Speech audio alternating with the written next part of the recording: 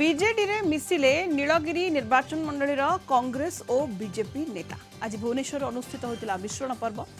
शिशिर Mahapatra foundation सभापति Sabyasachi Mahapatra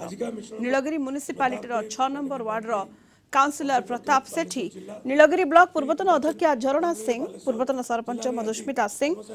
BJP जिला परिषद प्रार्थी अर्जुन मारांडी समेत एकाधिक कांग्रेस और बीजेपी कर्मी बीजेडी रे जोग दैछन्ति। बीजेडी नेता संतोष खटुआ नेतृत्व में नेता और कर्मी माने दल में विधिबद्ध भाव में मिशिछन्ति। बालेश्वर पर्यवेक्षक प्रताप देव समस्त उत्तरीय पिंधाई दल को स्वागत करिसेंति।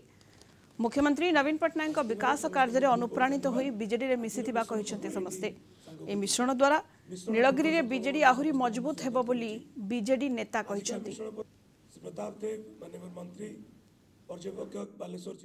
बालेश्वर जिला अंतर्गत नीलगिरी निर्वाचन मंडली आज कांग्रेस और भारतीय जनता पार्टी विभिन्न सदस्य माननीय मुख्यमंत्री श्री नवीन पट्टनायक आदर्श अनुप्राणित हो विजु जनता दल आज सामिल होगा जाऊँगी से आमर से नेतृत्व नौ संतोष खटुआ प्रतिनिधित्व में आज आसी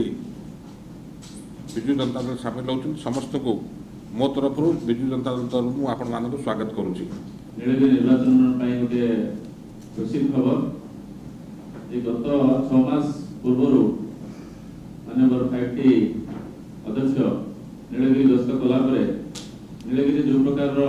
ट्रांसफॉर्मेशन दीर्घ दिन धरी माननीय मुख्यमंत्री जो जनकल्याणकारी कार्यक्रम चलता तार सफल रूपायन जो प्रकार त्वरान्वित होती अनुप्राणित आम नीलगिरी एनएससी और नीलगिरी ब्लॉक एवं औपदा ब्लॉक एवं बाहनगा ब्लॉक किसी पाखापाखि आम आ बहुत संख्यार आसबार कि आम 32 जन गाड़ी करके आसचु जो मुख्यमंत्री लीडर अच्छा या पर पर्यायर नीलगिरी निर्वाचन मंडल में माननीय मंत्री श्री प्रताप देव नेतृत्व